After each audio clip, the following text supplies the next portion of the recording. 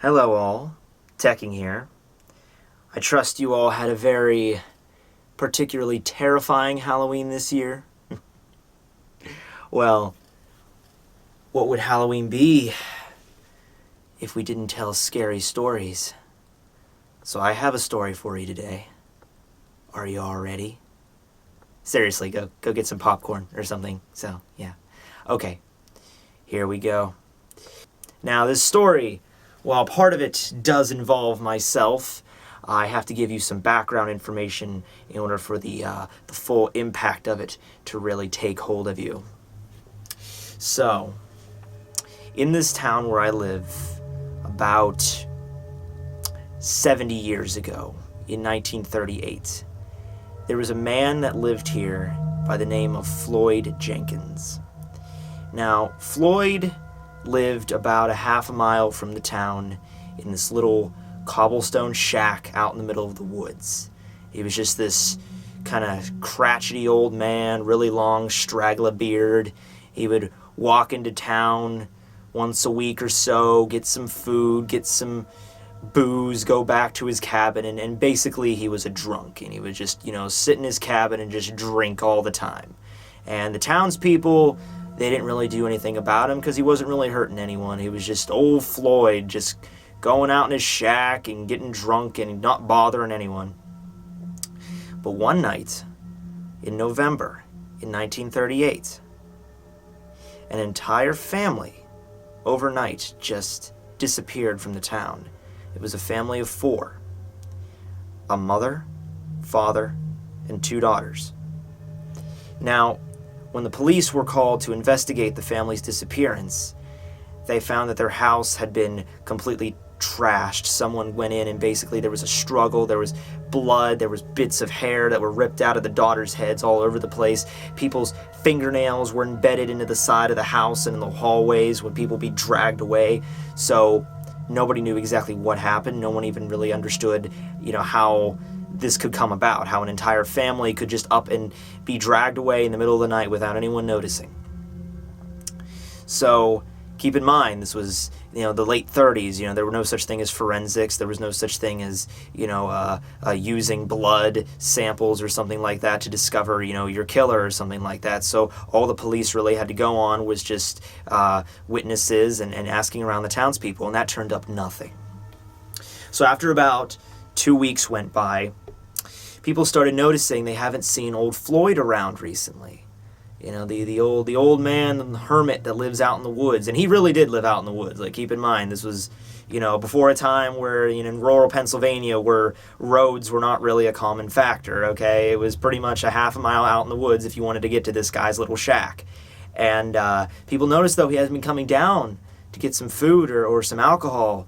And that's unlike Floyd. So eventually, the police decided to question him about the disappearances.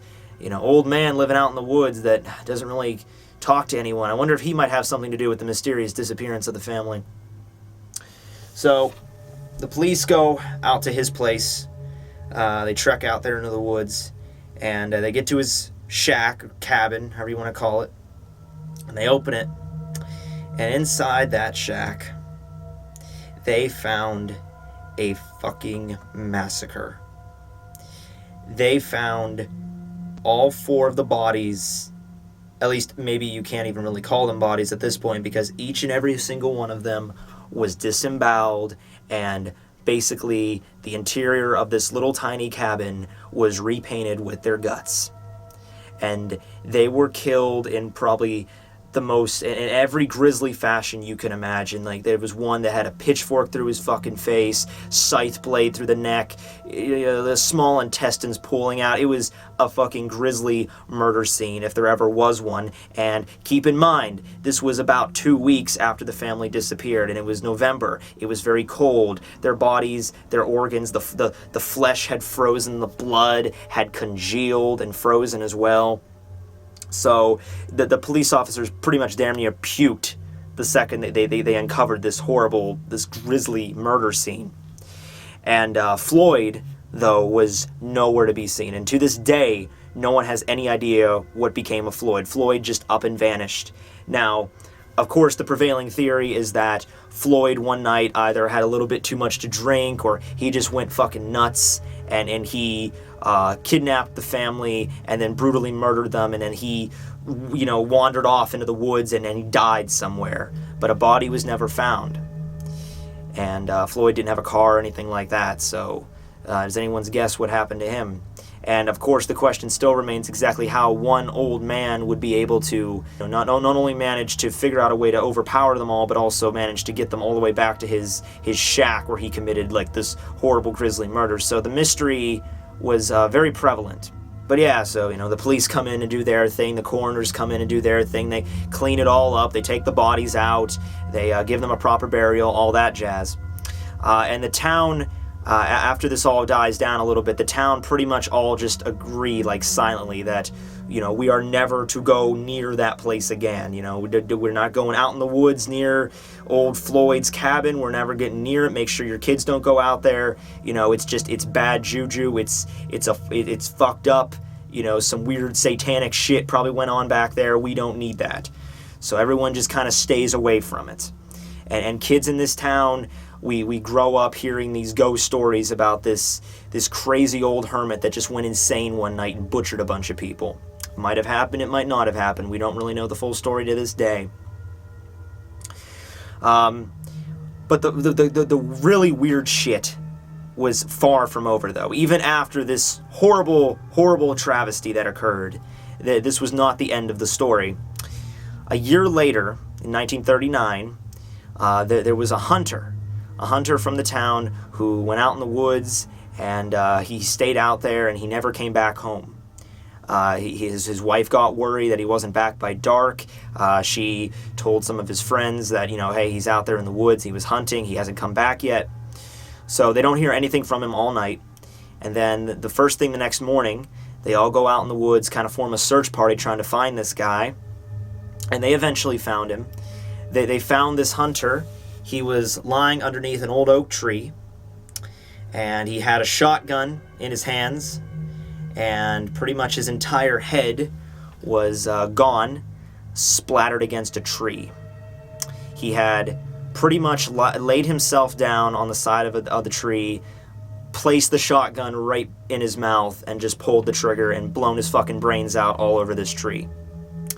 And this took place not 20 yards away from old Floyd's cabin. There was a few more weird instances, not so much as grisly as that one, but there was a few more weird instances that took place in the area surrounding that cabin. There was one guy in the 80s, I think, who he was a hiker or something. He went out in the woods, and he went missing for a few days, and they eventually found him, but he was basically wearing nothing, and he was about to die of exposure. This did not happen so late in the year. It was cold out, but not so cold out that he would have died of frostbite immediately. But it was cold enough that he was out there for long enough and wearing no clothing. He was about to die from exposure. They found him, and he was just kind of like a gibbering maniac. He had to be taken away for some psychiatric help. But my part of the story comes in 2007. I was a freshman in high school, and there were, I think, 5 or 6 kids, teenagers, I guess, from my town, and it was getting close to Halloween in 2007, and they had this idea, hey, we're going to go out into the woods where this old cabin's supposed to be. Now, keep in mind, at this point, it's pretty much just a folktale, just a myth to a lot of people, because at this point, any remnants of the cabin were completely gone. We're talking about 70 years later, essentially, and any traces of this cabin have been gone for years, probably. So to us, it's basically just a myth.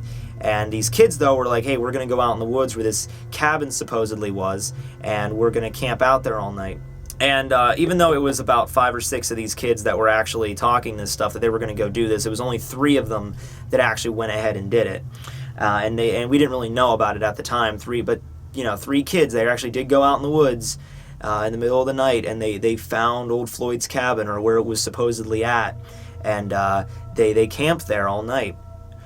And these kids, though, they didn't show up to school the next day. or the day after that.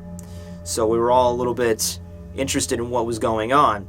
Well, it turns out that these kids were in the hospital, and for apparently what happened to them was they were all mauled by some wild animal. And they were basically cut up and scraped from whatever animal might have done this all over their body with these cuts. Now, they weren't really deep, but they were all over their bodies. You know, it was like someone just, you know, took like a wolverine or a badger and just threw it on them when they were sleeping, and it just like shredded them up. So they were bleeding pretty bad. And none of the boys, though, could I really adequately explain the situation. Their story, as they put it, was they found apparently where this old cabin was. They said they found like the old foundation of where it was, of what looked like something like a cabin at one point. And they made a fire, and they were sitting around. They had some beer, and they were just, you know, they were there for a while, just telling, you know, stories and jokes or whatever. And next thing they know, they all black out, and they wake up, and it's morning, and they are covered with these cuts and bruises, and they're bleeding out. One of them was really badly. It was in a real bad situation. He was unconscious. Still, so they called an ambulance, and they got, you know, to the hospital, but that was all they could remember. So here's where my part of the story finally comes in. I'm 15 at this time, maybe 14, and so we all decide, like, hey, we want to see where all this went down. We want to see if they're actually telling the truth here, if this is actually something that happened, if they're just trying to fuck with us, whatever. Because, you know, you're teenagers, you're stupid. Yeah, let's go to the exact place out in the woods where 3 kids were viciously mauled by a wild animal. Yeah, that's smart, right? As far as we know, there could be like some bear out there, some like fucked up like wolverine or badger that has rabies or something, you know.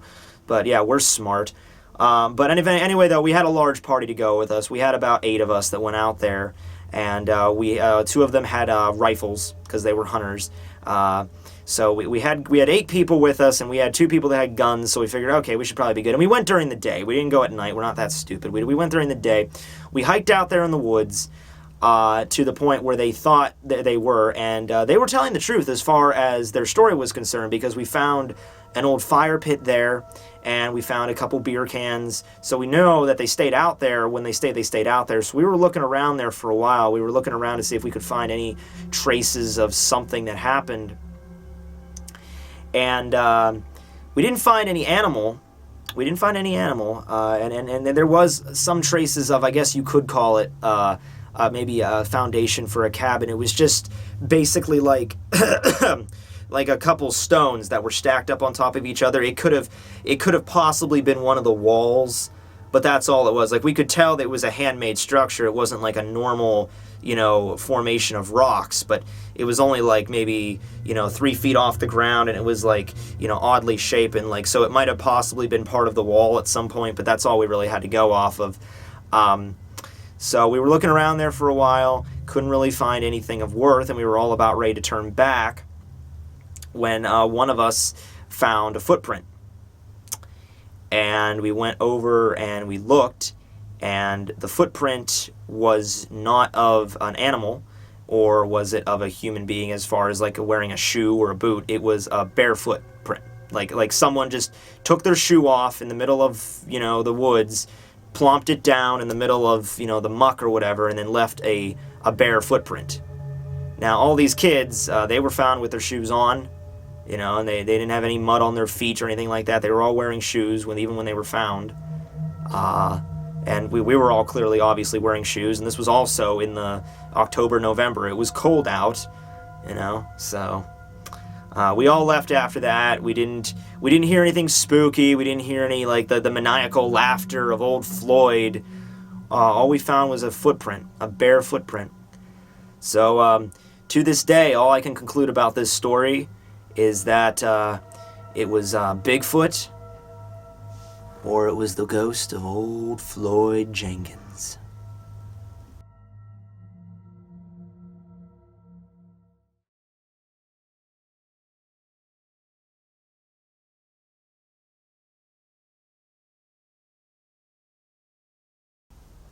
Yeah, I made that whole story up. Happy Halloween, everybody!